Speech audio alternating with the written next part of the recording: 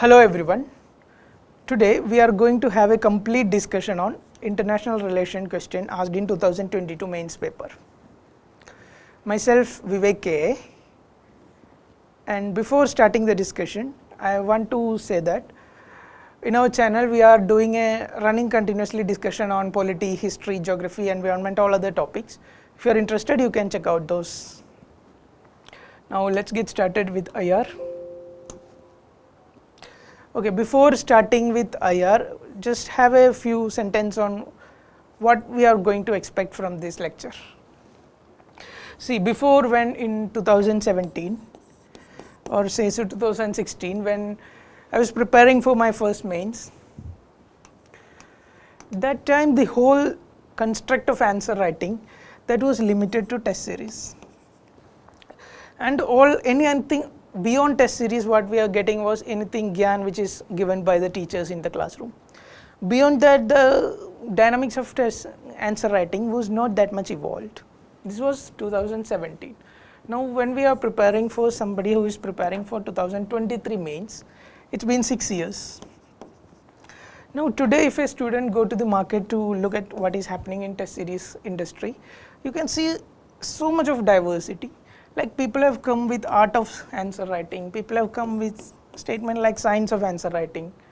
Tomorrow maybe somebody else will come with a statement of philosophy of answer writing or psychology of answer writing. I don't know where this is going out. And even in answer also, if you like, we all know 3 parts of the answer. People are coming with different 6 ways of introducing an answer, 8 ways of writing body, 6 ways of writing a way forward, different frameworks people are selling. In answer writing approach also, like there are programs with 1 question per day, 5 question per day, 20 question per day. There are programs like 3-day workshop, you will study everything on answer writing in 3 days. There are programs like 2-week programs, from throughout the year programs are also there. So the whole thing which I wanted to emphasize is, if any student, especially those students who are little bit dependent on the free content which is available in YouTube or any other Telegram or any other free content, this student, if he is going to approach answer writing, there is a big chance that he may get lost, he may get confused seeing all these things and what to do. So this thing I need to clarify very clearly, that what we are going to do in the questions in IR, you can see in other subjects also, what we are going to do is any question, let it be any question. First thing first, the most important thing in answer writing is content. If your content is not prepared, if your content is not ready, you cannot write a very good answer. Whatever format, whatever diagrams, whatever you bring into the page, without right content, it is not going to work. So never compromise on content. That's the first thing I want to say. Secondly, whatever question you got, it is going to be written with an introduction, a body and a conclusion. Now keep things as simple as possible. In introduction, if you are going to speak about some new concept or some new technology or something new organization in IR for say, so one of the easiest way is to answer what it is. How you answer what it is? You will simply define what you are going to speak about. Another approach you can come up with a why, answer why statement. How will you answer why statement? Suppose a statement is given for example, take a statement is given, Indian higher education is dysfunctional. Just for example I am taking. If such a statement is given, in introduction you can come up with something where you can show that why this statement is given, or why you can think of something which will substantiate the statement given in the question. How you will do this? You can do by citing some data, you can cite some examples, you can cite some events which has happened in recent past. By different ways you can substantiate the statement. There is another approach you can start the answer. One more approach I want to clarify is, in some question UPSC comes with statement like this, in your opinion, or how far do you agree? In some question, even you can start with, open the answer with clearly stating your stance. In introduction itself, state this is the stance which you are going to take and then build up your answer. So this is the whole construct on introduction. Now see what is going to do on conclusion before coming to the body. In conclusion, the best easy approach is you connect it with some vision, some futuristic forward looking vision which India is upholding. For example, if you are writing an economy answer, you can always connect it with the 5 trillion economy vision which India is upholding. If you are writing a governance answer, you can always connect it with different SDGs. If you are writing a suppose IR answer, you can always connect it with India's changing policy, India's ambitions of being a global superpower, or India's increasing pragmatism in foreign policy and diplomacy. You can connect with something which India is looking for, some kind of vision in conclusion. Now introduction ho gaya, conclusion ho gaya. Now come what to do with the body. Here also there are one clear message which you need to keep in mind. That is, you are only going to write what is being asked. Anything if you write beyond what is asked to show your knowledge, to show your extra reading, anything, that is not going to be rewarded. And that is not just rewarded, don't think it from reward perspective. In real exam condition, what you get is 7 minutes for a 10 marker or 10 to 11 minutes for a 15 marker. Now in this time, if you are going to invest writing something which is not going to make any sense, that is not going even giving you 1-2 marks, then you are messing up with very limited time you already have. So in body, what our funda is, we will only write what is exactly what is asked in the question. And to answer this correctly, you should have a broad understanding on what you are going to approach when the question is described, when the question is explained, when the question is analyzed, when the question is critically analyzed, when the question is examined, when the question is how far do you agree. These are different ways you can go through the PYQs and make a list, different approaches, different types of question UPSC is asking. So you should have a fair clarity on what are you going to do if these different kind of keywords are coming. And if you have this clarity, if you have this content, and you are sticking to only what is being asked in the question, that is enough. Leave all other thoughts in answer writing. This is the only funda you need to keep in mind and revise it, practice it as many times as you can. Clear? I hope I made sense of what you are going to expect from this lecture on IR. So let's start our discussion with IR topics. That is agenda for the day. So this is the first question. Let's go through the question once. India is an age-old friend of Sri Lanka. Discuss India's role in the recent crisis in Sri Lanka in the light of the preceding statement. So what are you going to write? Let's brainstorm for a minute. How you going to approach this question? What all you are going to focus on? See, इसमें एक statement दिया है, that is India is an age-old friend of Sri Lanka. Okay, good. What is focus? Age-old. It is not given prehistoric times. It is not given in modern times. So somewhere in your answer, you should substantiate this. You should show that India is an age-old friend of Sri Lanka at some level of your answer. Okay. Second, the keyword given is discuss. Now you have to discuss what role India is going to play in India-Sri Lanka crisis. So that's what you're going to do. So how we can structure the answer? As I already told in intro, what you're going to do? One of the best thing you can do is, we have a statement and we have a question. You can write a broad intro by mixing the statement and the question. By mixing the statement and the question means, as an age-old friend of Sri Lanka, what is India's role? You can state directly what is India's role in a few words, in 2 lines. By mixing the what is asked as well as what is the statement. Now, body. as I told, somewhere you have to substantiate the statement. So what we are going to do is, we divide the body into 3 parts. First part, we will give very few examples on what is India's age-old relationship with Sri Lanka. Here you are going to write something on any historical events which you are coming into your mind, or any recent events which happened, cite some examples and show that India is an age-old friend of Sri Lanka. In second part, today Sri Lanka is undergoing a crisis. This is also, the crisis is also not being directly asked in the question. Question is not about what is going on in Sri Lanka.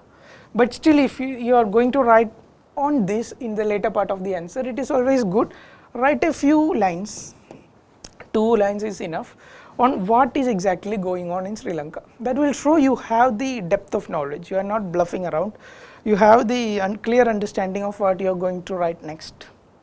And in the third part, we really focus on what is India's role in this crisis, which we all about told. Then we end up with a conclusion, which we will see on the go. So one more thing I need to emphasize here is, it is a 10-marker question. So at best you have 2 pages, you will only get 2 pages. This is a core part. ऐसा होना चाहिए, intro 2 lines, then the first and second part, everything should come here. It should not take whole first page and some part of the second page. ऐसे नहीं होना चाहिए. Most of the, here you should start the role of India, then it should go till here, then 2-line conclusion. The core of your answer, the major part of your answer should be regarding India's role, because that is what is exactly asked in the question. I hope things are clear on how to attempt this question. Let's move ahead. So this is a sample introduction. It's not like you have to write this only. You can start something like this. India has been at forefront in extending the helping hand at the time of Sri Lankan crisis, which is in line with age-old intellectual, cultural, religious and linguistic relationships. So you are showing that India is at the forefront, that is, you are stating very clearly India helped the Sri Lanka, and India has a different dimensions. India has a relationship with Sri Lanka. So you are addressing both part of the question in the introduction itself. See, what we can do next.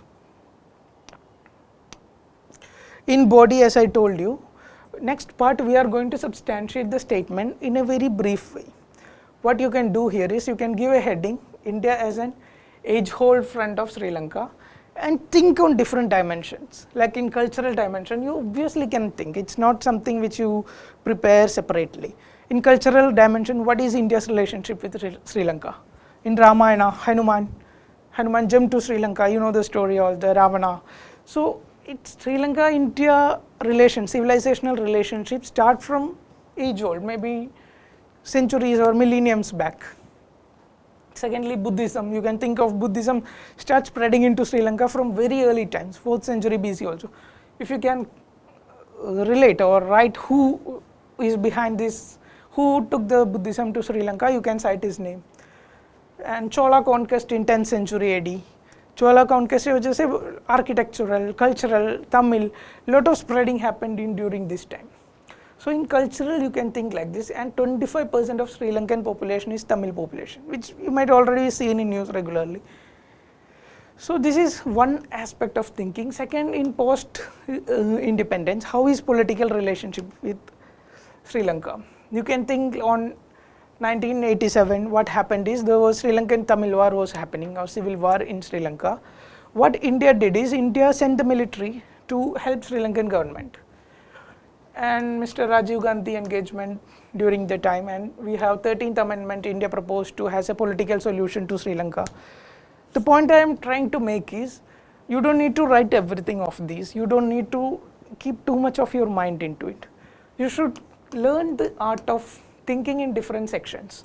You think from historical aspect, you think from post-independent, how political engagement is going on, you think from economic aspects. In economy, you can cite India Sri Lanka signed FTA in 2000, or if you can remember the data on how much trade is happening between India and Sri Lanka, suppose 3.6 billion with India and Sri Lanka. Here, what I suggest is with all the major countries, you should by heart this data. In exam, it both come aayega, and it adds value to whatever point you are trying to make. So if you can cite trade data, if you can cite FTA, if you can remember one or two organizations where India and Sri Lanka is a part of, you can give an example. Secondly, in developmental engagement also, India is at the forefront. You can cite that whatever engagement India is doing in Sri Lanka, it is demand-driven, people-centric, not something which is looking to exploit the resource of Sri Lanka. You can cite that. Indian housing project, something. India started an ambulance project in Sri Lanka.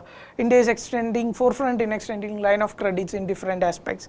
So the point is, you have to learn the art of thinking in different sections and citing 1-2 examples. That will substantiate what the point you are going to make. Now the next part of the question, that is, we already addressed the India is an age-old friend of Sri Lanka part. Now what we are going to do, we are going to the crisis. So crisis also, what you want to do is, you want to write a few statements on what crisis Sri Lanka is going through. Very briefly, I will explain what Sri Lanka is going through.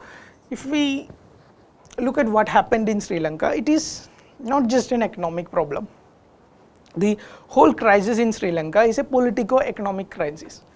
Politico-economic crisis. Why it is called politico-economic crisis?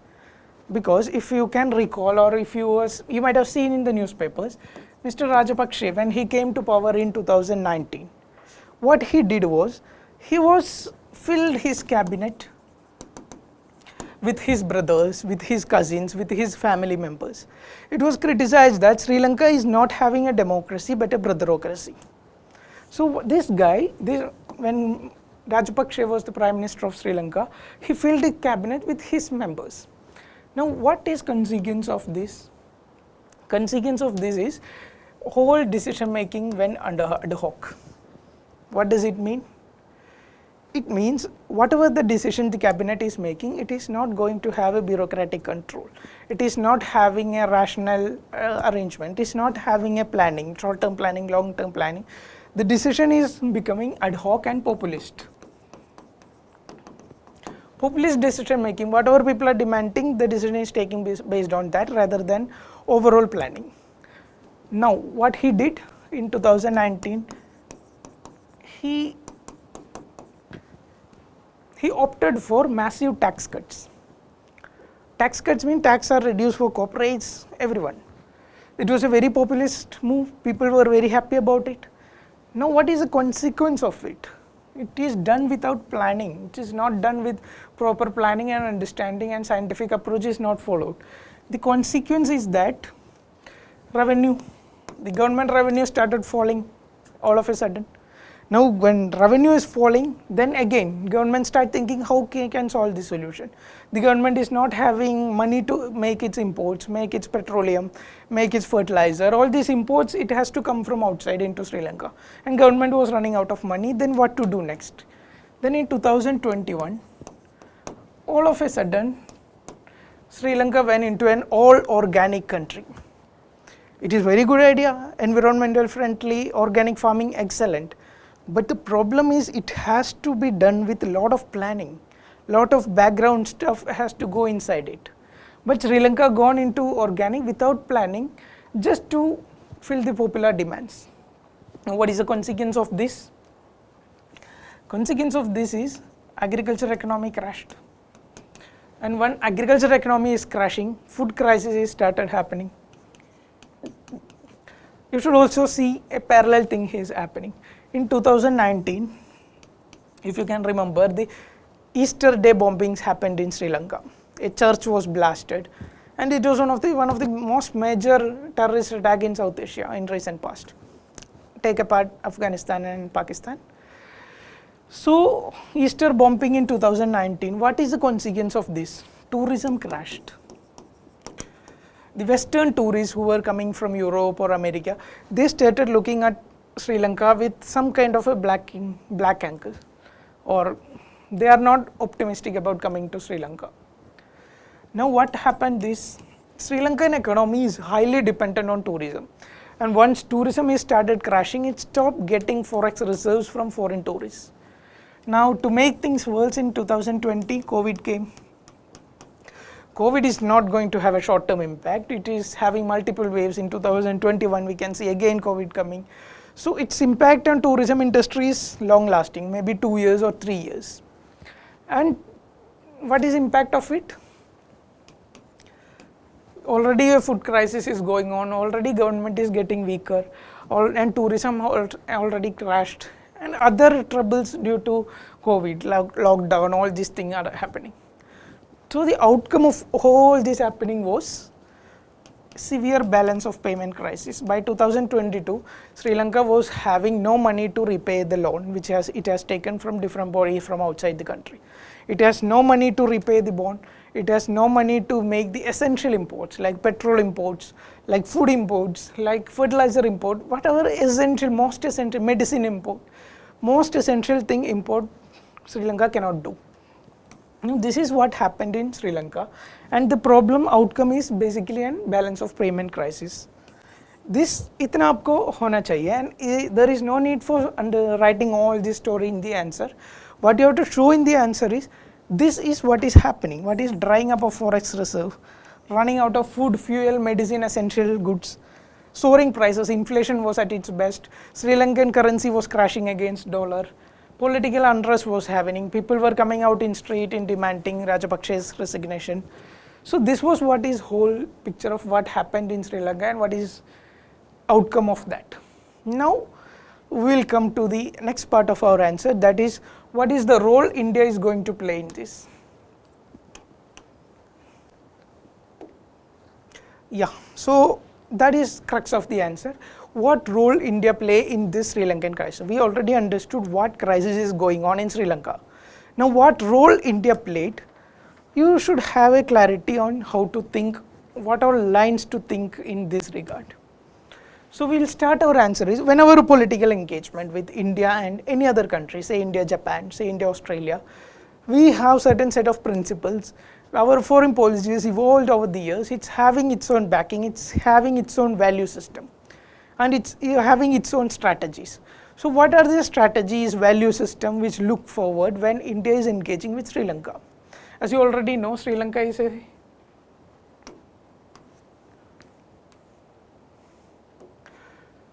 is comparatively a small country, a small neighbor of India. India is comparatively big in economy, polity, population, land, everything. So if a small neighbor is going through trouble, how India will engage with it? What are the major principles India will uphold in engaging with smaller neighbors? This is the first thing you have to think. Not with Sri Lanka, any other country if India is engaged. So first thing which should come to your mind is neighborhood first policy. India has been an active developmental partner to all the small countries within its neighborhood, maybe except Pakistan, all other countries.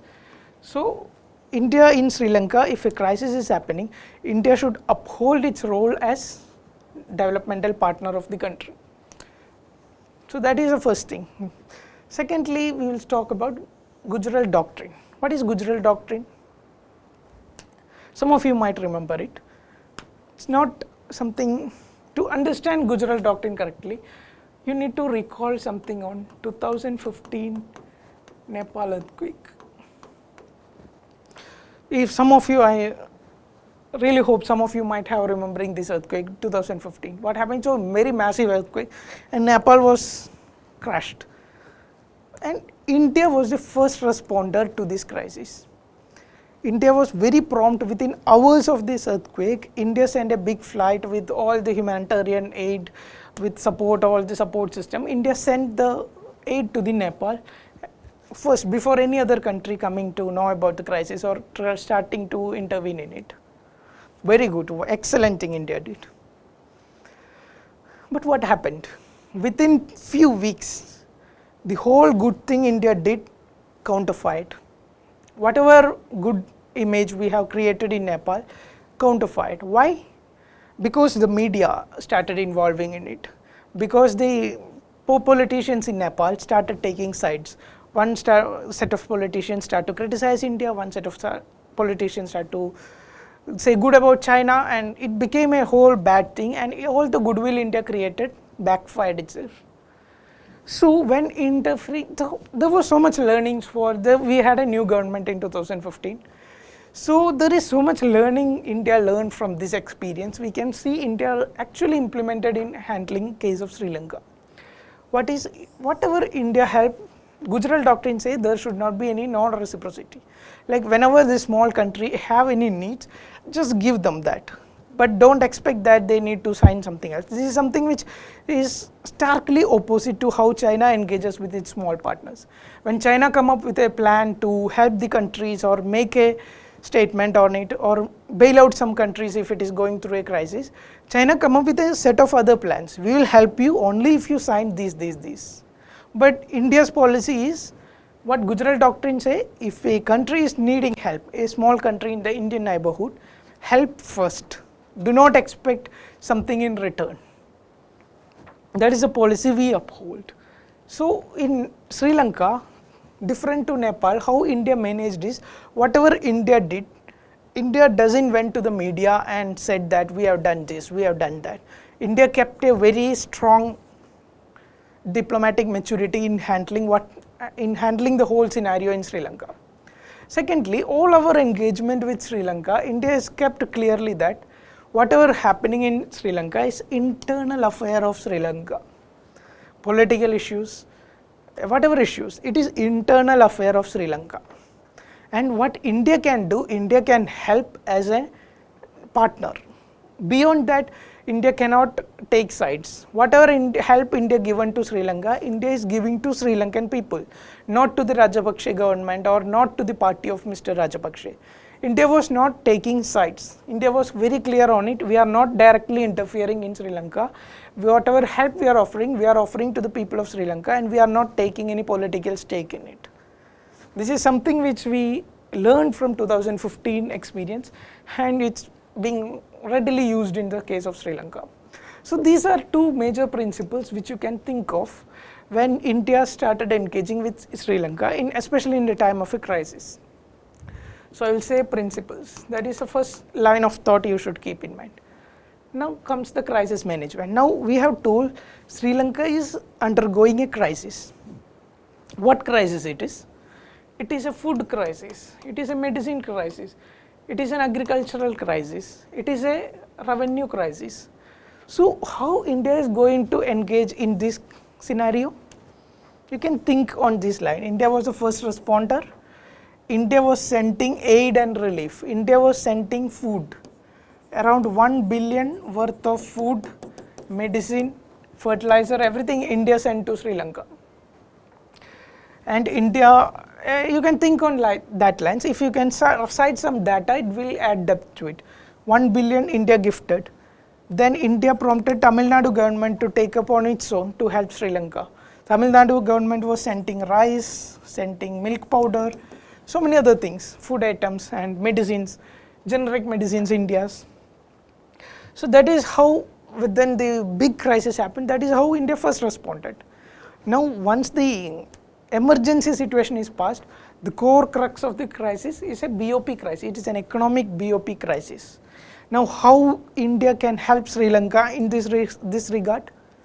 If you remember, India already gone through a BOP crisis in 1991.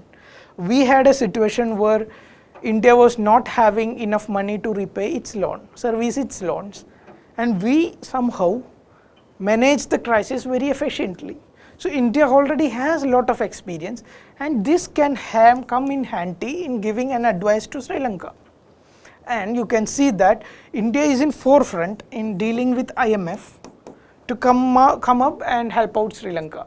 India was ready for mediating the agreement which IMF is coming. The problem with IMF you can see is IMF come out and bail the country or help the country during the crisis.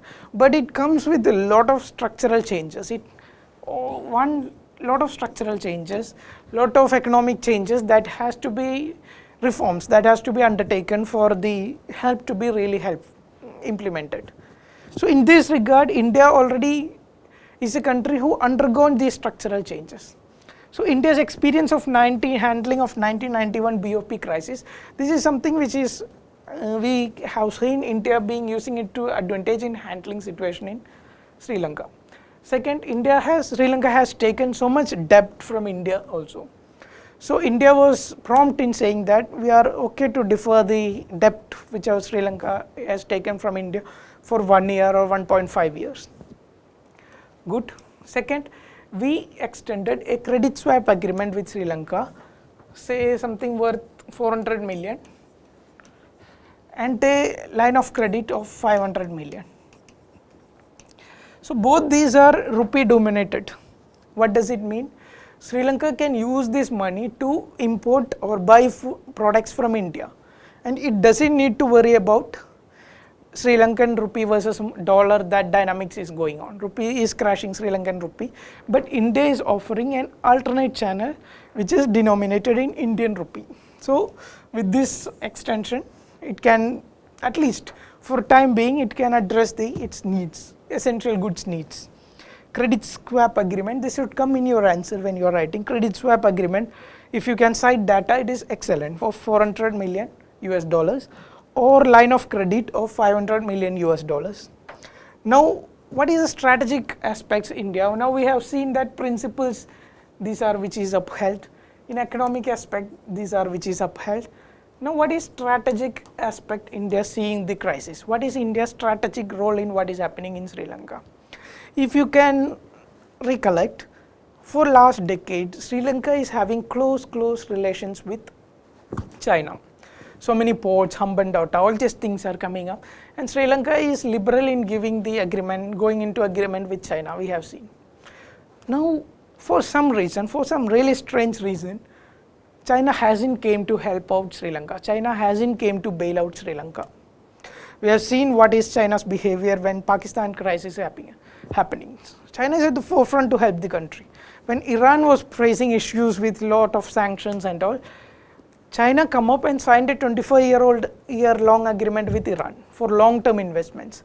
So whenever a country, or especially a smaller country, is facing troubles, financial troubles especially, China is usually coming up with its self-plan and its self-engagements. But in case of Sri Lanka, China kept total restriction. Why? You can ponder upon, that is not our topic of discussion, but India's strategic engagement, India is upheld the multi-vector diplomatic policy. What does it mean? What India is saying is, Sri Lanka is going through a crisis. Now if China come out with a bailout plan and China is taking over all the debt of Sri Lanka, China won't do it with free. China will also come with a do's and don'ts. Now China is prescribing its do's and don'ts to China. That is going to be against the interest of India. That is going to hurt India anyway. Same case, if USA is coming to bail out, it is not coming, I am just hypothetically saying, if USA is coming to bail out Sri Lanka, it will also have its do's and don'ts. So what India really wants is, India doesn't want any one single country to come up and solve the Sri Lankan crisis. India wants a multi-vector engagement. India wants everyone to come up and do something. Let Japan come do some investments, let Australia come and do some trade. USA, if they can strategically do something, then let them do. China also, if China want to increase its investment, let them do. Let India also engage. Let everyone engage and create something good for the Sri Lanka. So that was the strategic policy India upheld in Sri Lanka. Thirdly, India was engaging with so many minilateral groupings which India is a part of, which India and Sri Lanka is a part of. SAARC, some of these agreement, line of credit agreement, India offered through SAARC. So what I am saying is, SAARC is, India is bringing up different organizations like BRICS, like BIMSTEC, like SAARC. Every organization, let them play their part in what is happening in Sri Lanka. This is also in line with India's multi-vector engagement policy, which we have seen in Sri Lanka. So this is another line of thought you can think of, strategic aspects. And lastly, if it is a crisis is happening, India's role is not just limited to managing the crisis. Post-crisis, what should be the scenario? In this case also, India is offering some plans. What plans India are offering? India promised to make an investment of 3 to 4 billion US dollars in Sri Lanka after the crisis. And how India is upholding it? India is upholding it through many of its private engagements. Who are the private group? You can cite Adani Group, Colombo Port engagements, something like that you can cite. India is leveraging on its strength of private sector to rebuild whatever the crisis or economic issues Sri Lanka has gone through. So that paints the whole picture. We have 6 different big headings. Even if you give 2 points within all, 2 substantiating dimensions within each heading, the demand of what is asked is going to be answered in completion. But when you are going to study it, these aspects you should keep in mind. Whichever engagement or whichever role India is having with a country, you have to think what are the principles of engagement, what are the core aspects, national interest, economic interest, other interest. Then after that you can start thinking on strategic lines, what is the aspect. Then if a crisis is happening, definitely there should be something post-crisis engagements also. So this way you can address the role of India in Sri Lankan crisis in a comprehensive manner. Let's go ahead. In conclusion, you can cite something, as I already told, cite some related to some vision India is upholding. What vision India is upholding?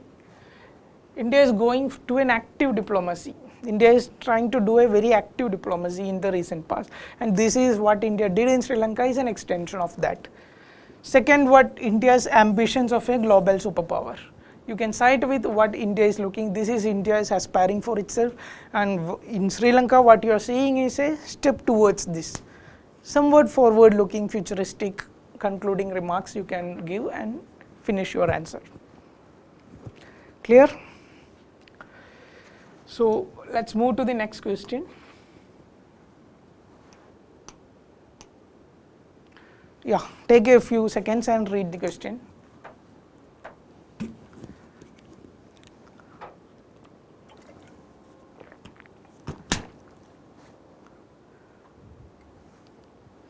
Yeah, I hope you've gone through the question. So what this question is saying, do you think BIMSTEC is a parallel organization like SAARC? What are the similarities and dissimilarities between the two? How forming of this new organization is going to realize India's policy objectives? 3 questions we have. First, we have 3 different questions, and keep in mind that this is a 10 marker, so that you only have 2 pages to write. 2 pages में 3 answer लिखना है. It's always going to be a challenging, not from the perspective of content, you will have enough content, but you have to address each part, you have to give respect to each different question. It should not happen that one part is dominating and other 2 questions are having very little space. ये नहीं होना है. So this you have to keep in mind very clearly. Secondly, yeah, a little bit of background background information I want to give you in addressing this question. What is SAARC? SAARC is a regional organization in South Asia with economic integration, political engagement, all these aims. It has countries like Afghanistan, Pakistan, Nepal, Bhutan, Bangladesh, Sri Lanka, all these countries, Maldives. All these countries are a part of SAARC, of course India also. So, what is wrong with SAARC? Why this context of this question is, SAARC is a dysfunctional organization. Why SAARC is a dysfunctional organization? Some of you at least, I think, some of you might have read about this SAARC, its history, all this. When was SAARC formed? SAARC was formed in 1985, and it was actually proposed by Bangladesh, not India, Bangladesh. And when SAARC was proposed by Bangladesh, India was not open to the idea. India was thinking that it is an American grouping of small countries against Indian interest. So India was not very positive to formation of the SAARC. But you can see that once it is formed, India realized it's not something which is totally against its interests, and India played along, and India have been active in engaging with SAARC. But the point which I want to make is, even in its formation years, the difference of opinion between the two member countries are very prompt. And this difference of opinion throughout the history of SAARC has led to a state of dysfunctional of the organization, dysfunctional approach of the organization. And what's the most critical problem is obstructionist attitude of Pakistan. If in answer you are saying this, you can cite something like, even a motor vehicle agreement, Pakistan is not ready to even sign a motor vehicle agreement between the SAARC countries. Another example, SAARC biggest achievements which is said is signing of SAFTA, that is South Asia Free Trade Agreement. Even the agreement was signed way back in early 2000s, the implementation is still lagging, it's nowhere near satisfactory. If you can recall, South Asia inter-regional trade is just 5%. This is one of the least economically integrated regions in the whole world. So you can see so much things wrong about SAARC. SAARC is not really raised to its expectations. And the worst thing, the trigger. When the trigger came? In 2016. What happened in 2016? Just before the SAARC summit was going to be happen, the Uri attack happened. You might have already know it. Now once Uri attack happened, India cancelled the summit. Nobody attended the summit. Summit didn't happen, and it was being cancelled over the years again and again. So the problem is, at this point, India started looking for another organization where it can realize its at least economic objectives sufficiently. It started losing hope on SAARC. So it is in 2000, if you can remember, that time BRICS summit was happening, and India invited BIMSTEC into the summit, and SAARC members were not invited. From here on, BIMSTEC is getting importance. Importance of BIMSTEC is increasing throughout the years. Something is happening. In recent year, why this question really came, that is because BIMSTEC recently adopted a charter. Official charter of BIMSTEC is adopted in March, April this year. So that's the current situation. So this is the whole picture on what is happening between SAARC and BIMSTEC. Let's come back to the question.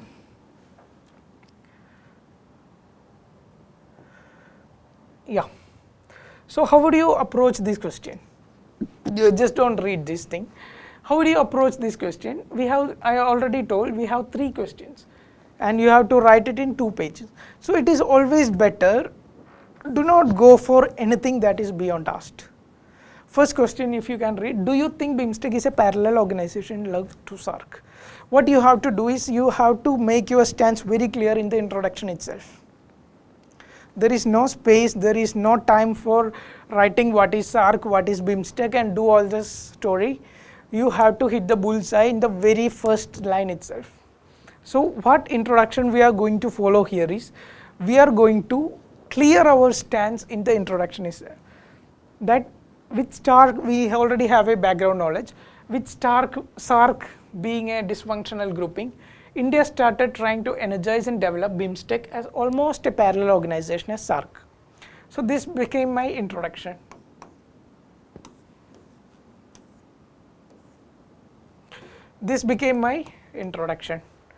Now in body, I will give explanation to this, why I think that BIMSTEC is a parallel organization to SAARC. This become the first part of my body. What is it? It has common members. As I already told, 5 out of 7 members of SAARC is members of BIMSTEC also. Who are those? Except Pakistan and Afghanistan, all of the members are part of this BIMSTEC also. Maldives is also not part of BIMSTEC. Okay. Secondly, vision. We are having very common vision, political economic engagements. You can cite some example like BBIN. Some examples you can cite, you can give it here. Thirdly, we have so much of similarity in agenda, in working, whatever sectoral aspect we are engaging, SAARC and BIMSTEC. We have so much of commonality in trade, in connectivity, integration, development, security. All these aspects, both these organizations are doing very parallel works. So from different aspects, there is high level of similarity between what SAARC stand for and BIMSTEC stand for. So it can be said that SAARC BIMSTEC is a parallel organization to SAARC. So that's what the first part of the answer, or we address the first part of the first question in this. Let's move ahead. Second part, as I already told, this question we don't have time for write anything other than what is directly being asked. So next part of the question, what are the similarities and dissimilarities between the two? So we make a table. You can write it differently also, no issues. But the point is, similarities, you clearly have to state 3, 4, 5 points on similarities, and you should have some points on dissimilarities. So what are the similarities? Let's have a go through on these points. What are the similarities? Both these countries are having regional identities. Both these countries are based on cross-national nationalism, cross-border nationalism. These are the fundamentals of both these organizations. Second, I already told there are overlapping areas of cooperation. You should cite some examples here. Example, SAARC University you can cite, some educational engagement of BIMSTEC you can cite, SAARC satellite was launched, in pandemic how SAARC and BIMSTEC came together, all these some example you should cite here. Thirdly, both these countries have shared history, almost all these countries have colonial past. Now problems facing are also very similar, like climate change is coming, climate change is going to hurt all these countries, especially these are low income countries. So the vulnerability is very high and we are all facing the same issues. Thirdly, a negative comment, both the organization is having very poor inter-regional trade or inter-regional integration. You can cite some data, I already told the 5% data. So this is how the similarities is addressed. Now look at what are dissimilarities. Here also you should keep a conceptual part to it, not just go into whole factual thing. If you look at SAARC is a South Asia regional organization, while BIMSTEC is having two other members who are the Myanmar and Thailand. Myanmar and Thailand are Southeast Asia countries. So it is having an inter-regional organization. It is not just a regional in South Asia, it is having an inter-regional organization, BIMSTEC. Secondly, I told SAARC was formed in 1985. India was having a worries of American Union against Indian interests. So there was something of Cold War crux in formation of SAARC. While if we talk about BIMSTEC, it is formed in 1997. That means it is a post-Cold War product. Secondly, SAARC, the major issue it is facing, it is mistrust and suspicion among the members. Pakistan-India issues that is going to block the SAARC and BIMSTEC throughout its history. We have seen that. So mistrust and suspicion, that is a bigger problem in SAARC.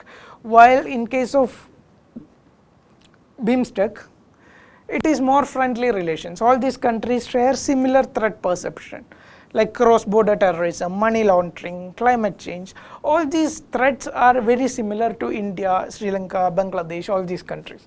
So threat perception is very similar on BIMSTEC countries, while it is having stark differences when including Pakistan and Afghanistan into the grouping.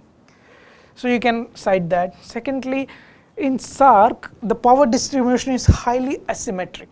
If you look at it, India is a very, very big country. All other are small countries. Nepal, Bhutan, Sri Lanka, Maldives, all are very, very small countries. So asymmetric power distribution is very stark in SAARC. While in the case of BIMSTEC, there is Thailand. Due to the presence of Thailand, Thailand is a big country with a huge population. So the power distribution, at least to some extent, is having some balance of power. Some countries are more there. So there is better balance of power in BIMSTEC. Lastly, in SAARC, another big problem SAARC is facing, it is having a unanimous decision making system. Once your organization is having this kind of a system, anything to happen, every country has to agree with it. Now, what all are the areas where India, Pakistan agree? It's very limited. So how can SAARC proceed with this kind of a system? While in BIMSTEC is modeled more on the lines of ASEAN. It is a sector-driven organization. What does it mean? Sector-driven means in BIMSTEC, the whole its engagement is divided into 7 sectors and given to 7 countries. For example, India is responsible for security aspects, energy aspects. India is, one more is there, I forget it. India is responsible for these sectors. Bangladesh is made responsible for some other sectors. So India can envision its plans to how to engage with it. There is no need for unanimous decision making in case of BIMSTEC. So the whole structure is, you given 3, 4, 5, 6 point maximum on similarities, you given 4, 5 points on dissimilarities. So that will suffice our second part of the question. Now let's move ahead. Now the last part of the question is, how are Indian foreign policy objectives realized by forming this new organization? What is a new organization here? It is talking about BIMSTEC. Don't get confused and go behind SAARC here. It is talking only about BIMSTEC. It was formed in 1997, you already seen that. So how to address this question? How India's foreign policy objectives? So here also, we will keep our line of thought very similar to what we have done in case of Sri Lanka, Sri Lankan question. Here, what are the principles? What are the Indian major policies which is regarding the countries in BIMSTEC? Most of the countries are neighboring countries, so India has a neighborhood first approach. Secondly, in BIMSTEC, 2 countries are Southeast Asian countries, Myanmar and Thailand. So India has a very active actist policy regarding those countries. So what we are seeing in BIMSTEC is an integration of neighborhood first and actist policy. So you should write it. And it is both these, if we combine it, is have a domestic development vision, that is development of Northeast, as well as development of other countries also. So that is the first point. Line of thought is coming from, again, we are thinking on principles or major strategies or major agenda which India is upholding. Second, we go to the economic objectives. What India is looking for, India is looking for building connectivity projects. Economic connectivity, you can take it as a single point also. India is looking at building connectivity throughout the region. For example, you can cite Kaladan multimodal project, IMT trilateral highway. What it is? India, Myanmar, Thailand trilateral highway. India is trying to extend the highway to all the Southeast Asian countries, ASEAN countries. So what India is looking at, India is looking at the connectivity very seriously. Other countries, smaller countries can look India as a potential market for their products, like Nepal, for Bhutan, for Bangladesh textiles, you can see. Then blue economy, it's a BIMSTEC, it is a Bay of Bengal grouping. So there should be some elements of blue economy. It's the most productive fisheries in the world. We have also started the excavation of resources from the sea. So these all elements should come into your answer. And a BIMSTEC FTA is already in talks. It's still not implemented, but it is in talks. So first we think on lines of principles, then came economic aspect, then came security aspect. What are security engagements of SAARC? India is a net security provider, India's vision, and these all countries are facing threat of terrorism. And SAARC is very much in line with expanding India's humanitarian assistance during any crisis. We are still in Sri Lankan crisis, not just economic crisis, even any crisis, natural crisis. India is very prompt in extending the help. SAARC can be as a platform for extending those helps. Now, in strategic aspect, if you think, SAARC is very important for countering China, because if you look at the South Asia or Southeast Asia, except India and Bhutan, almost all countries are a part of China's Belt and Road Initiative. What is the consequence of this? At least there is a chance for India to be negated from all these debates, all the regional attempts. So BIMSTEC can at least offer an alternative to the countries, like we are also coming up with some sort of projects. I'm not saying India is going to counter China's BRI with this BIMSTEC, but it gives an alternative to at least some of the countries to look for. Second, India's maritime vision, Project Mausam in the Indian Ocean region. All these you can connect with BIMSTEC and make 2-3 points. In renewable energy, addressing climate change. Renewable energy, you can cite India already has ISA, Indian International Solar Alliance.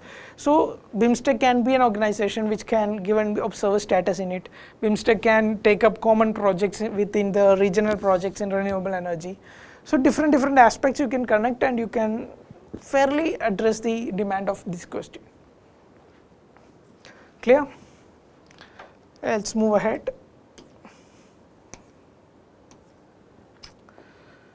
Yeah, in conclusion, I already told what you're gonna do. You are gonna connect with some of the vision. So what is the advice you give for a BIMSTEC? If BIMSTEC really has to be successful, it has to be come out of the cloud of SAARC. It has to be come out of an alternative to SAARC, and it should build its own systems, its own narratives, its own commitments, so that it can come up with. Then only BIMSTEC can be a successful. So your conclusion can be something on that regard. Okay, that is what is written. You can go through it if you want to. Clear? Let's move to the next question. Take a minute and read the question.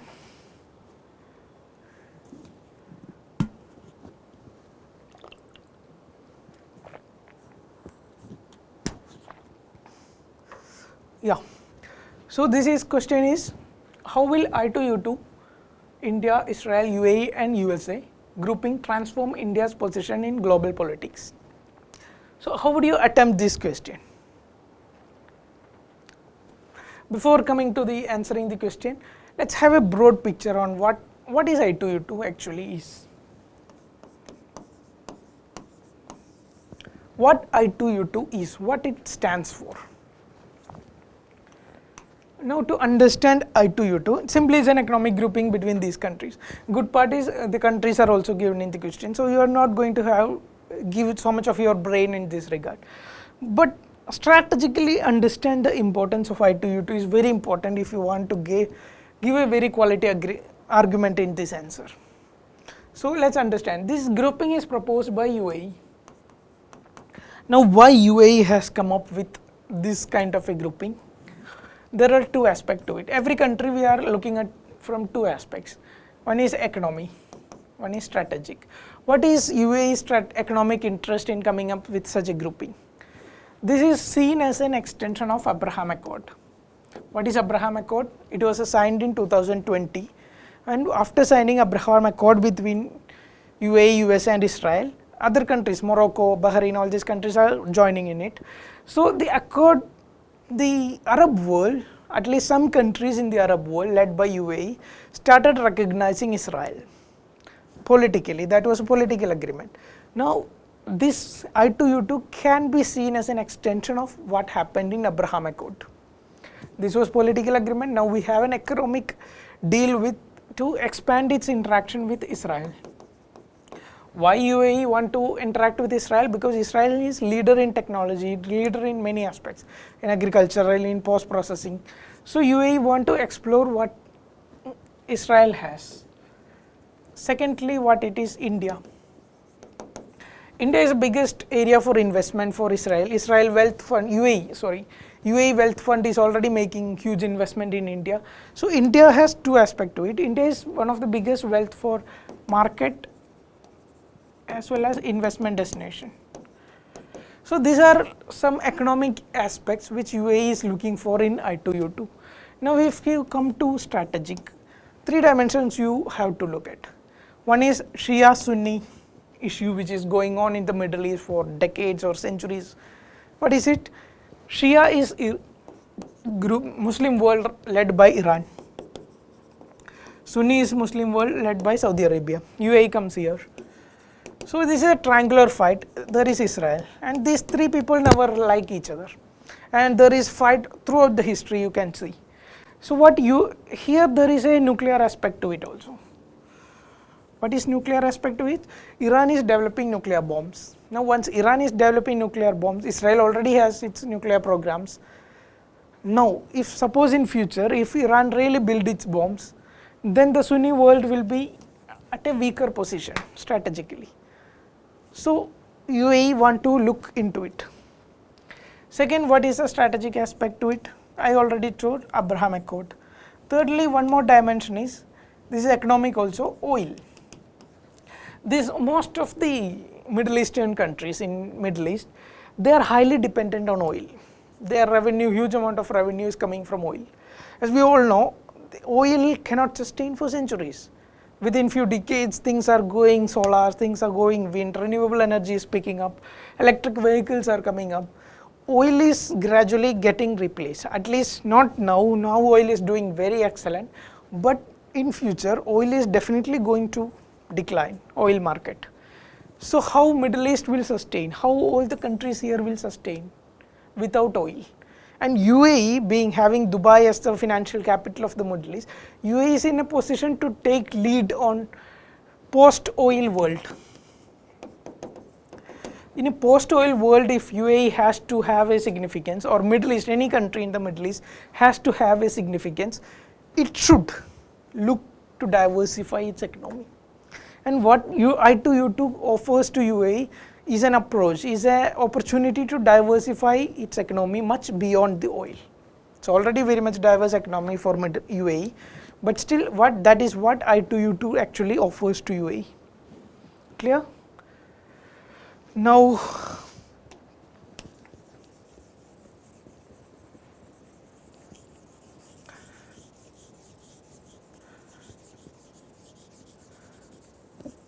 let's see what other country. Who are the other country? Israel. Israel is looking at it. I already told what Israel want is, Israel doesn't want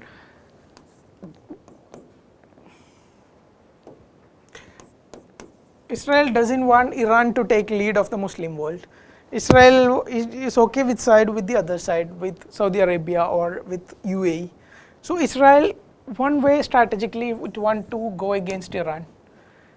Economically, if you speak, Israel is leader of technology world. Israel drone technology, Israel defense technology, Israel's many technologies are quite very famous. But as you can see, how much is Israel? It's a very, very small country. And if it totally depends on itself, where is the market to sell all these technologies? It has a very vibrant startup ecosystem. But whatever the startups are, there need to be some market to sell the products. And if it is selling only in Israel, it is not going to scale up. So economically, what Israel is looking at I2U2 is, it is an optimum opportunity to scale up Israel's technology, Israel's startups. Through UAE, it can get access to all the Middle East. Through India, India is itself a very big market. Okay, so that's what Israel is looking at in this grouping. Thirdly, take the case of India. India has different interest. What India is looking at? India is a very complementary economy compared to all the other countries. India has lot of land. India has agriculture. Agriculture is capable of exporting to Middle East. We have seen wheat exports in the recent past. We have seen rice exports. Indian agriculture is capable of exporting to the demands of the Middle East. Now, Indian agriculture need lot of investment, and this investment can come from this grouping, from Israel also. From Israel, we are looking at technology. Investment, we are looking at UAE or even USA also. So this is what India is looking at economically. Now, one more aspect to hold this is, see, if you can look at this map a little bit closely, India UAE is having direct contact, no issues. Now, if in future or in some kind of agreement with Saudi Arabia come into picture, India can extend its contact from Saudi Arabia to Jordan to Israel. Now, if we reach Israel, this is Mediterranean Sea, and we can get access to Europe. If you remember, India is already in talks with India. India already signed India-UAE FTA. India-Israel FTA's talks are going on. So, officially or unofficially, if India can extend its FTA agreement to the Europe, then that's going to be a game changer. So far, India is looking at the Central Asian path. But the Central Asian path, as you know, India lost touch with Iran after the sanctions came up. Afghanistan, all the Taliban takeover collapse, all the goodwill India was creating there. So this area is having so much political and other issues. But if we look at this said, if we can extend an FTA system from all the way to India till the Europe, that is going to be, from connectivity perspective, a blessing for India. So that is something which other aspect of economic aspect India is looking at. And strategically, as you can think what India is looking at, countering China. What is issue with countering China? Like, what is issue with China is, China, it's not in Middle East, everywhere China is making aggressive engagements. As you can see, I already told somewhere, China signed a 25-year-old investment deal with Iran. China has very close ties with Israel. And in almost all countries, China is making its BRI. So what India with I2U2, that is with support of UAE, Israel, USA, big countries, what India offers is an alternative to BRI. Okay. So these are different aspects India is looking at. And one more thing, of course, if Middle East is involved, energy security also. We need petroleum for a foreseeable future. So if the Middle East, if this agreement can be expanded in future, it will add to India's energy security aspect also. So these are the whole thing what India is looking for. Now one more country is left, that is USA. What USA is looking for in I2U2, USA's aspect, if you see, USA is totally in I2U2 because of strategic reasons. If you can connect it with what happened in Afghanistan, Afghanistan withdrawal, post-Afghan withdrawal, USA is losing its contacts in the Central Asian or Middle East region. Now somehow it want to ensure its presence. Now Trump is gone, now Biden came, Biden want to like renegotiate its dealings with the continental Asia. So this can be a stepping stone. And in all this regard, we should also connect with, we have Quad here. Grouping of India, I mean Indo-Pacific, grouping of India, USA, Japan and Australia. And this is called as Western Quad. So what USA or India is trying to, they are trying to champion the minilaterals and trying to champion an arc of countries in the regional neighborhoods to make their interest claims, not like NATO. NATO means it come under protectorate of USA. The country US will be protecting. That kind of system is gone. Now US is looking for allies to enforce its vision, not enforce, to collaborate with in implementing its vision. And in this picture, these minilaterals are coming up. You can see about Quad in Indo-Pacific, Western Quad, all these groupings fit into this vision. US is going away from protectorate regime to a more of a allies regime. And that's why India is very important for US engagements throughout the region. Okay, and strategically USA want to counter Iran. USA doesn't want Iran to develop a nuclear bomb. If a nuclear bomb Iran develops, then obviously the bomb, other countries in the region will feel scared and they also want to develop the bomb. This can lead to a very risky situation of nuclear proliferation throughout the Middle East. So USA doesn't want this to happen. So USA is in the grouping only due to the strategic interest, while all the other countries are having deep economic interest in being a part of I2U2. So if you have this much of content, this much of breadth and depth, you have understanding regarding I2U2, I think major part you already covered. Now the challenge is only writing it in paper and filling the sections and with demands of the question. This understanding, this clarity you should have, not just regarding this topic, any topic. So let's move ahead. So how you write introduction to this question? It's very easy. It's a I2U2. You are speaking about a grouping. So don't give too much of brain into what introduction is. Just explain what is I2U2. That will suffice. What is I2U2? It is also called West Asian Quad. It is a minilateral grouping which discuss mutual interest to strengthen economic partnership, trade, investment, etc. Now if you can recall some diagrams which shows that these are different areas of engagements: water, energy, transportation, space, health, food security. You can make a very simple diagram, or you can just list down which are major engagements which is going to happen in I2U2. So that's the introduction part. Now Let's move ahead. Next part of, we are not going to write anything else. We are just hitting the demand of the question.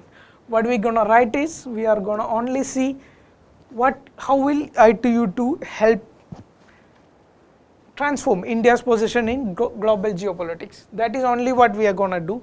We'll give the heading, how I2U2 will transform India's position in global politics. Then we try to generate points in a very structured manner. Like we already told in both the other question, we are generating points in a structured manner. Like in principles we are thinking, in economic lines we are thinking, national interest, strategic. These are dimensions which we are thinking. Here also what you can do is, it's about India. So trying to think about something which Indian diplomacy or Indian core interest is a part of. Second, you can think with bilateral. How this geopolitics or I2U2 impacts the bilateral engagements India is having with different countries. You can include those countries with this part of this grouping, that is USA, Israel, UAE and all. You can also include those countries which are not a part of this grouping. So bilateral, what we'll see how bilateral engagement is going to change, or bilateral engagement is going to impact the geopolitics, global politics. Second, you can think on regional, how Middle East is involved, so how Middle East is going to impact, or how India's policy with the Middle East is going to change. Then you can think on sub-regional. Like I told, there is an option of going an FTA from India all the way to Europe. So how Europe comes into picture, how any other part of the world is being involved, how that comes into picture. Those all part you can discuss, and any other aspects which we cannot come up with in this our diagonal thinking structure. If you cannot come up with here, you can think other aspects as strategic aspects, how geoeconomics is going to take a part, how common challenges, addressing common challenges, how the grouping helps India's vision or changes India's position in global politics.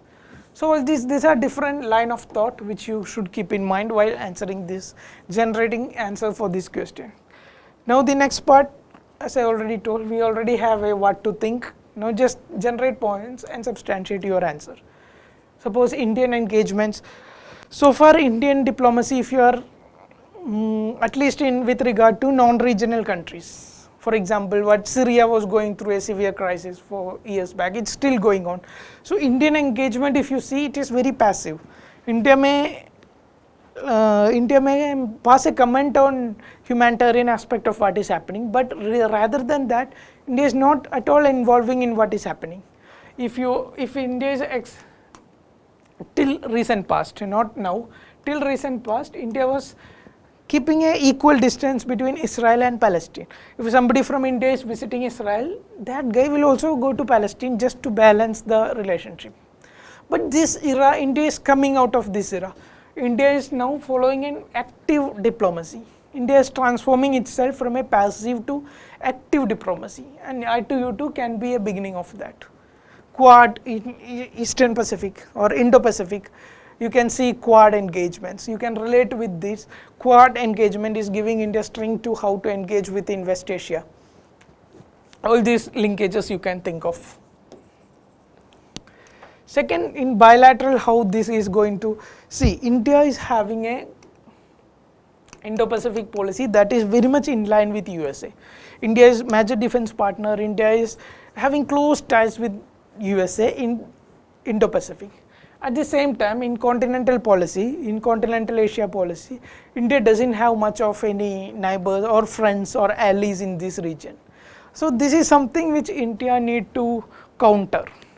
Maybe that is what the basis of whole India's close tie-up, continuing tie-up with Russia, because Russia is India's only ally in the continental Asian region. So how this is going to be changed with I2U2? You can write India is trying to make more inroads into the continental Asia part. India can enhance its trade region, not just with Middle East, but beyond that also.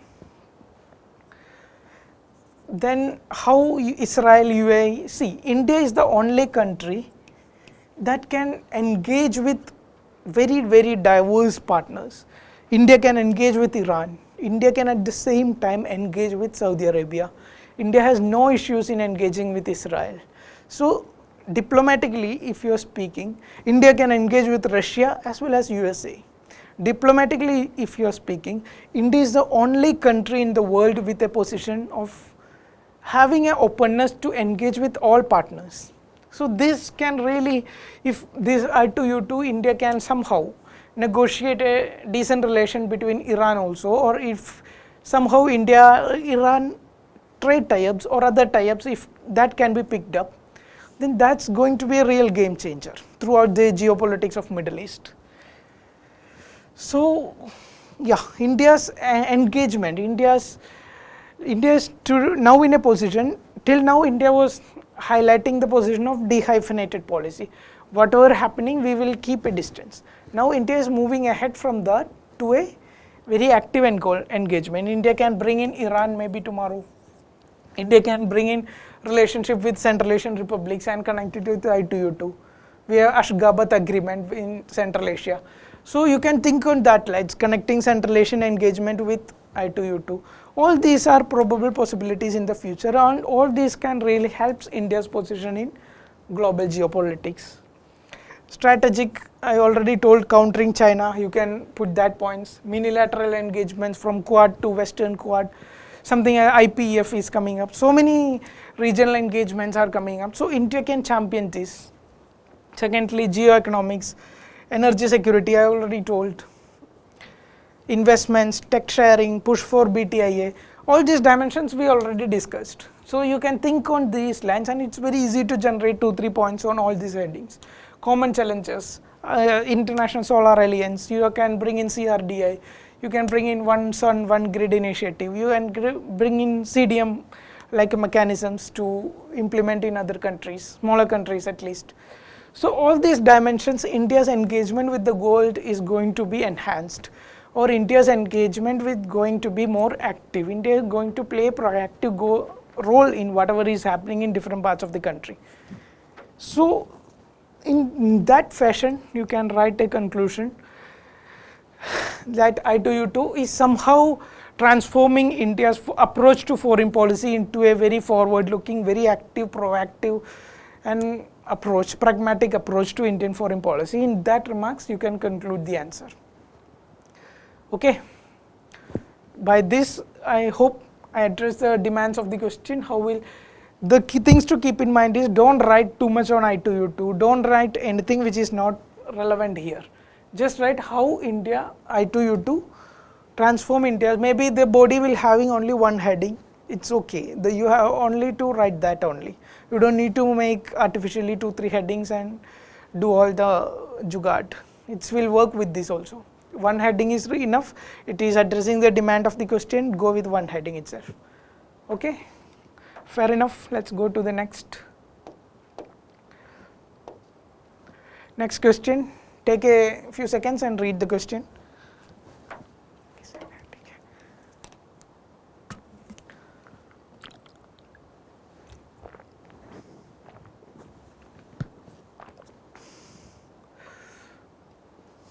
Yeah. So this question, we have clean energy is the order of the day. We have a statement and there is something else is asked. Describe briefly India's changing policy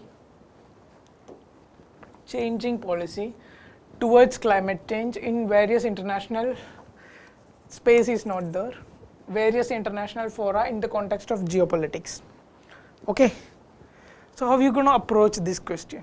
So in intro, I'll explain the content or context of this question within the answer itself, because it's very straightforward question. And the keyword here is describe. So you are not supposed to do any analysis.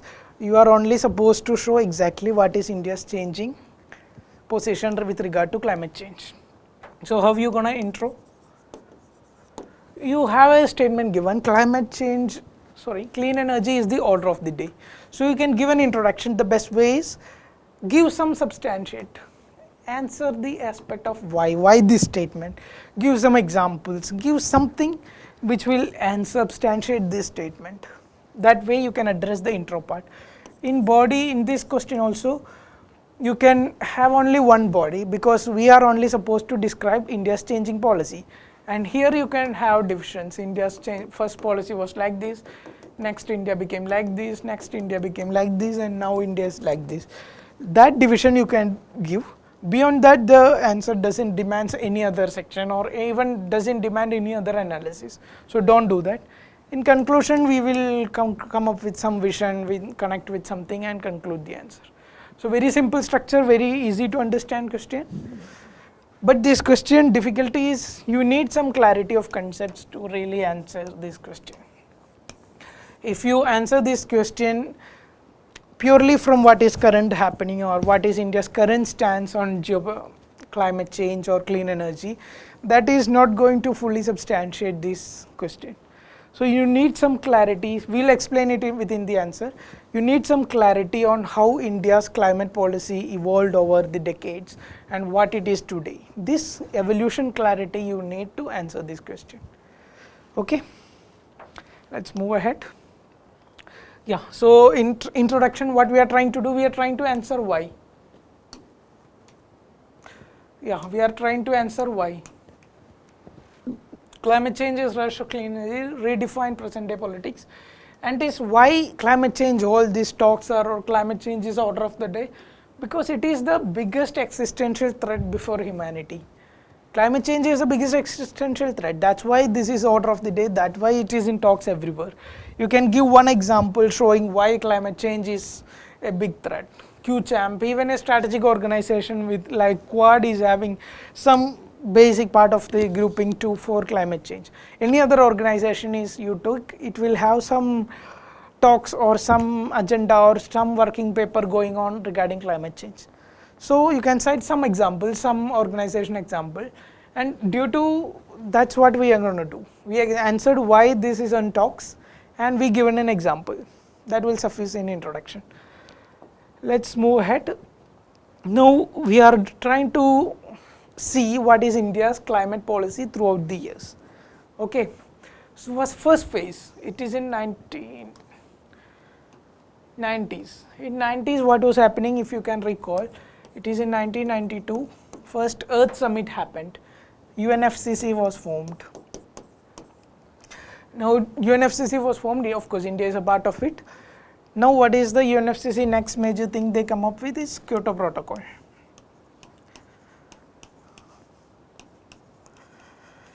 Now once UNFCCC come up with the Kyoto Protocol, what was it? What was the protocol?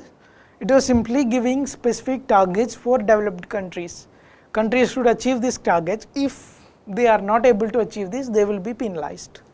So that was the protocol, and different targets depending on historical emission, depending on emission intensity, depending on GDP per capita, all these, taking all these elements into consideration, targets were given to different countries. And where does India come here? As you can see, India is here. Non-Annex B countries without binding targets. India was not given any targets. So this was what happened in Kyoto Protocol. But why we are answering why India was taking this stance. Why India was taking a stance that India was stonewalling commitments. India was not ready to have any commitment, not ready to take any commitments. Why? Because at that time, this is time of 90s. That time Indian climate policy was highly based on climate ethics. What India was saying, see, the whole problem of greenhouse gas emissions, this is not created by India. Even today, the historical emissions, India just emit 4% of all the extra greenhouse gas that is present in the atmosphere. The whole gas or whole the problem is created by developed countries. Their excessive emissions starting from 1850 created the problem.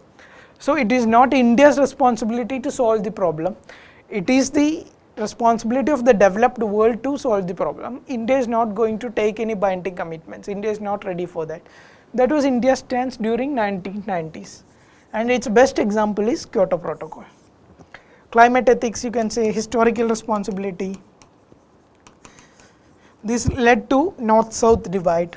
What is North-South divide? North is developed countries, South is the developing countries or underdeveloped countries, and India was seen as a leader of this group. So this was the whole dynamics happening in 1990s. You can definitely write 3-4 points in this section, I guess. Let's move ahead what happened later. in 2010s, if you see, by the time things were changing, like in 90s there was very limited awareness on the intensity of climate change, but by the end of 2000s everyone got to know that climate change is a very big problem than we earlier thought, and it's really started to happen. Something more needs to be done.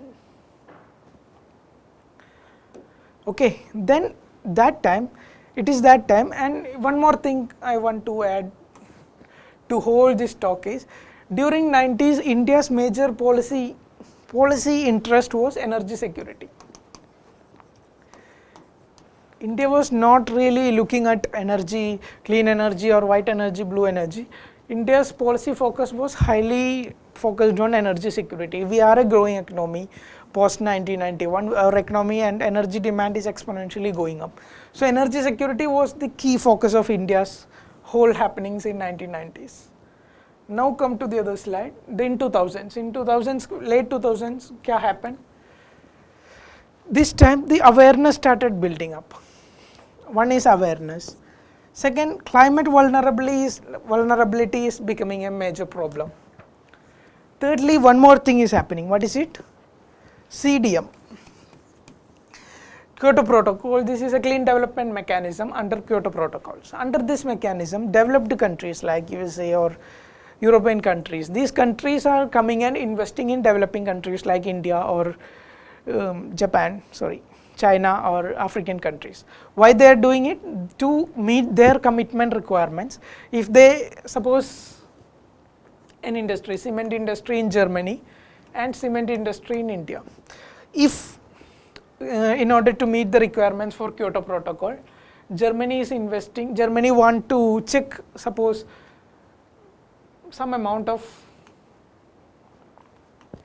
greenhouse gas emissions, you have to check in German industry by investing in German industry. So German industry will be already very advanced state of technology they may be using, and to get a considerable efficiency gains and check the greenhouse gas by investing there, you will have to really huge amount you have to invest. Maybe suppose $4,000 you have to invest to get a incremental change in greenhouse gas emissions. But if you make the similar investment in India, Indian cement industry may not be using that much advanced technology. So even if you just give the German technology to India and give the funding to implement the same to India, India can implement it and India can create considerable greenhouse gas emissions reductions with using the same amount of money. So the whole picture is, and this reduction will be credited not in India's account but in Germany's account, and their Kyoto Protocol agreement or their demands will be met up. So CDM becomes a very efficient method for developed countries to meet their requirement by investing in developing countries, and it becomes a tool for developing countries also to facilitate tech transfer, to facilitate more investment in clean energy, all these things. So at one side the awareness is going on, another side the vulnerability is increasing, and third side the benefits of clean energy or climate mitigation is increasing. So due to all this, the position of India started changing. India is now looking towards accepting common responsibility. Before accepting common responsibility, India started domestic reforms also. One example you can cite is in 2008. India started the National Action Plan for Climate Change. It has different mission for solar, wind, energy efficiency, sustainable development, and all these things. So in 2008 we started this, and by 2009 Copenhagen summit, India said that India is willing to accept the certain targets set by developed countries or UNFCCC or any organization, but India also very much focused that there should be equitable burden sharing paradigm. ऐसे नहीं होगा all burden will be put on India or developing countries. If there is an equitable burden sharing mechanism where major part of the burden is with the developed world, then India is also ready to be a part of the climate mitigation initiatives. So India's stance become more internationalization, as you can see. But even though India's stance is showing so much trends of internationalization, India is insisting on responsibility of the developed world. India is not taking a hand out of it. You can see this another reflection. 2009 Copenhagen summit I told. In 2010 what happened? Insistence, India and developing countries insistent, let the developed world to come with a plan of 100 billion US dollars.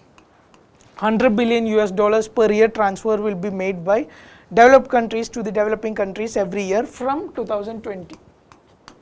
This was promised in 2010, even though it doesn't materialize, but India's position you can get clearly from all these developments. So when you are writing answer, you should write the changing stance of India, why the stance is changing. You should cite some or give some examples like Copenhagen summit I told, 100 billion example, some example to substantiate the argument which you are making that Indian stance is changing. Okay, let's move ahead. Now by mid 2010s, what is the major thing that happened during this time? That is Paris Agreement, of course, Paris Climate Agreement, and in this climate agreement, India accepted CBDR. What is this? Common but differentiated responsibilities. So what it says is, India will come up with its own targets. ऐसे नहीं होगा UNFCCC or some other organization will set targets for India. India will voluntarily set its own ambitious targets, and this target we will work all, we will focus all our agenda or work with these targets, and India accepted it in 2015. So again you can see a changing stance. First India was just accepting the responsibility, now India come to a position of accepting a target also. Even though it is not binding, it is a voluntary target, India accepted the targets. So if you are writing an answer, you can cite some of the example like 33% by 2030, these were India's INDC targets. So India also started taking some of the targets by mid 2010s. Now moving ahead, by 2022, what is happening? Here you can see, picture is not coming, I am sorry for that. What you can see here is, by 2020, India's approach is becoming more proactive with regard to this climate change or clean energy. How the proactivism we can see? India is already, see this image, black one, India is already third in renewable energy. India is already leading solar energy, wind energy, different aspects. India has already created huge amount of growth. Now this give India strength. Now we have this much of expertise, we can expand it to other regions also. So this development of India into a leader in renewable energy, that is the base for India becoming more proactive approach in environment. You can say formation of International Solar Alliance. That means India is forming an organization or playing a leading role in formation of an organization and asking all other countries from all parts of the world to come and join this organization. ISA, you can cite. Another project is One Solar, One Sun, One World, One Grid initiative. So that Indian electricity grid, India is trying to integrate with Southeast Asia, with West Asia, with all this integrated grid concept was upheld in this. So the change you can see, earlier India was even not ready to address its responsibility for climate change. Now India is leading the developments regarding the area. India is setting itself ambitious targets, as you can see. India is another organization you can cite is CRDI.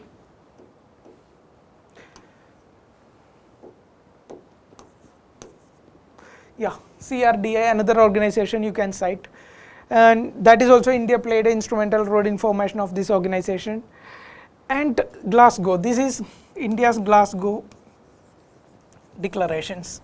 India has come up with ambitious targets, 500 gigawatt by 2030, 50% of India's energy requirements from renewable energies. So what is happening is, throughout, if you look at the broad picture, from a position of non-active or non-responsibility, India is now leader of the renewable world. So this transition is what is asked in the question. Describe India's changing policy towards climate change. So if you address this correctly, 4 headings you have to think. Reason, you will not find any difficulty in citing CRDI or ISA or Glasgow Summit, but you have to think from a broader historical aspect and you can connect it. One more 4 factors you can add is non-UNFCC, since it is in various international fora is being asked. So non-UNFCC, how is India's attitude towards these attempts? Something like Montreal Protocol, something like Kigali Agreement. All these agreement here also, India's approach is not changing that much. India is only ready to take the responsibility. We've developed world is doing much more. Developed world is ready to do much more, then India is ready to accept the responsibility. So this also you can cite, that will give a completion to the whatever is asked in the question. So that's it. One more, these are the 4 phases. I already talked about this. These 4 phases, inside these 3-4 points you can easily generate if you have the clarity of the content, and examples you have to substantiate it and write a very decent answer. In conclusion, we will write something, we will try to relate it with some vision. Here what we are doing is why India's climate change policy is evolving. That reason we are going to say, and in future climate change is going to play a very dynamic role in Indian foreign policy. That is what is being written here. So you can go through it, and yeah. So that's it for today.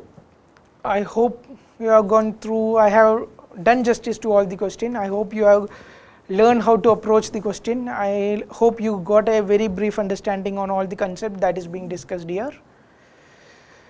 You should go through the other topics also. If you are interested, you can go through history classes by Rajesh sir, polity classes by MS sir. Rajesh sir is taking geography, environment, all those. So you can go through the other classes also. Hope you enjoyed the session. Thank you very much. All the best everyone.